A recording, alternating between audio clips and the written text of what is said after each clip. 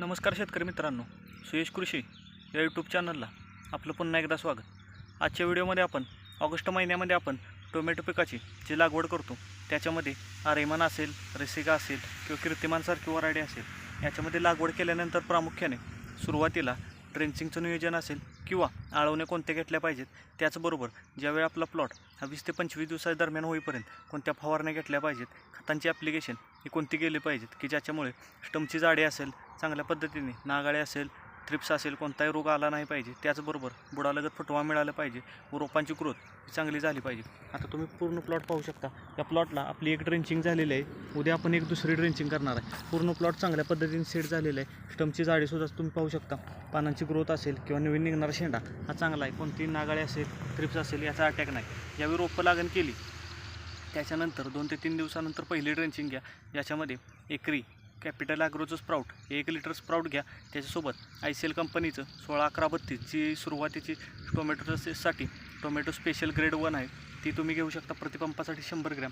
त्याच्यासोबत रोको 15 ग्रॅम. याची पहिली ड्रेंचिंग करून घ्या. ही पहिली ड्रेंचिंग झाली 3 ते 4 दिवस गॅप द्या. 3 ते 4 दिवसानंतर दुसरी ड्रेंचिंग करायची आहे की ज्याच्यामध्ये थायमिथॉक्झम जो लिक्विड स्वरूपातील मस्लेर प्रो असेल, टाचाचा ट्रॉट असेल किंवा सिंजेंटाचा क्रुझर असेल, हा प्रतिपंपासाठी आपल्याला 30 ml घ्यायचा आहे. त्याच्यासोबत ICL कंपनीचं ॲक्वामाराईन हे प्रतिपंपासाठी 40 मिली व त्याच्यासोबत रिपीट आपल्याला जी ICLची ग्रेड आहे की ज्याच्यामध्ये आपल्याला प्रामुख्याने 16-11-32 ही ग्रेड पाहायला मिळते. प्रतिपंपासाठी 100 ग्रॅम रिपीट याचं ड्रेंचिंग करायचं आहे. स्टमची जाडी, सुरुवातीला निघणारा बुडालगत फुटवा असेल, रोपांची ग्रोथ चांगली, पानांना चांगल्या पद्धतीने रपणीसपणा याच्यासाठी ही ग्रेड वापरू शकता किंवा इतर कोणत्याही कंपनीची तुम्ही स्टार्टर ग्रेड वापरू शकता. आता ह्या 2 ड्रेंचिंग झाल्या, चांगल्या पद्धतीने रोपं चांगली सेट झाली. त्याचबरोबर रोपांना कोणती गर लागली नाही पाहिजे किंवा जे आपल्याला डम्पिंगचा कॉलरॉटचा इश्यू आढळतो त्याच्यासाठी एक ड्रेंचिंग करू शकता की ज्याच्यामध्ये तुम्ही ह्युमिक एकरी 500 ग्रॅम ह्युमिक घ्या. त्याच्यासोबत मॅनकाइंड कंपनीचं ब्लू शुअर हे 500 ग्रॅम व त्याच्यासोबत 1261 एकरी 1 ते 2 किलो याचं एक तिसरं ड्रेंचिंग करून घ्या की ज्यामुळे सुरुवातीला तुम्हाला प्रामुख्याने डम्पिंग असेल, कॉलरॉट असेल किंवा रोपांची मर जी पाहायला मिळते ती तिसरं ड्रेंचिंग केल्यामुळे तुम्हाला कोणतीही रोपांची मर ही पाहायला मिळणार नाही. किंवा तुम्ही सिंजेंटा कंपनीचं फॉलिओ गोल्ड इसाबियन व त्यासोबत वेल्युम फेक्झी याचीसुद्धा ड्रेंचिंग करू शकता.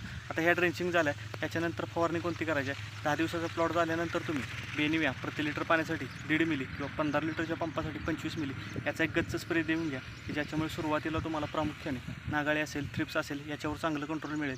त्याच्यानंतर दुसरी फवारणी करायची ज्याच्यामध्ये आपल्याला ॲक्वामाराईन प्रति लिटर पाण्यासाठी 2 मिली, त्याच्यासोबत 1136-24 हे प्रति लिटर पाण्यासाठी 3 ग्रॅम व साप हे बुरशीनाशक प्रति लिटर पाण्यासाठी 1.5 ग्रॅम याचा एक स्प्रे देऊन घ्या. सुरुवातीला चांगल्या पद्धतीने रोपांची ग्रोथ मिळणार आहे. त्याचबरोबर चांगल्या पद्धतीने फुटवा हा मिळाला आपल्याला हे पाहायला मिळणार आहे. त्याच्यानंतर रिपीट ज्यावेळी आपण बेनिव्याची 10व्या दिवशी फवारणी केली त्याच्यानंतर रिपीट 10व्या दिवशी बेनिव्याचा दुसरा हात दिला तर कंटिन्यू 1 महिन्यापर्यंत आपल्याला कोणती वारंवार कीटकनाशक असेल, बुरशीनाशक याची फवारणी करण्याची ही गरज पडणार नाही.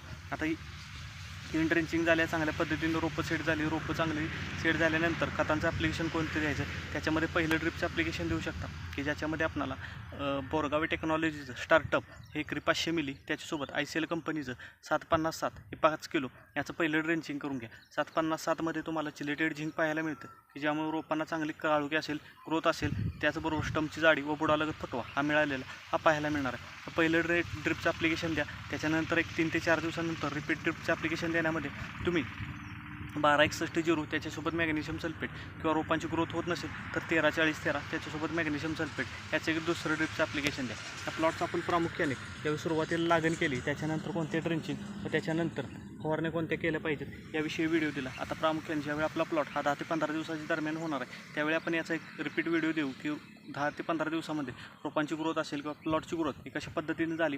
त्याच्यानंतर जर वातावरण बदललं तर कोणती बुरशीनाशक वापरले पाहिजेत, कीटकनाशक किंवा खतांचं ॲप्लिकेशन हे कोणते केलं पाहिजे त्याविषयी आपण सविस्तर चर्चा करू. तर चला, आपणाला आजचा व्हिडिओ कसा वाटला हे कमेंटच्या माध्यमातून जरूर कळवा. तसेच जर आपण चॅनलला प्रथम आला असाल तर चॅनल नक्की सबस्क्राईब करा, व्हिडिओला लाईक व शेअर नक्की करा. धन्यवाद.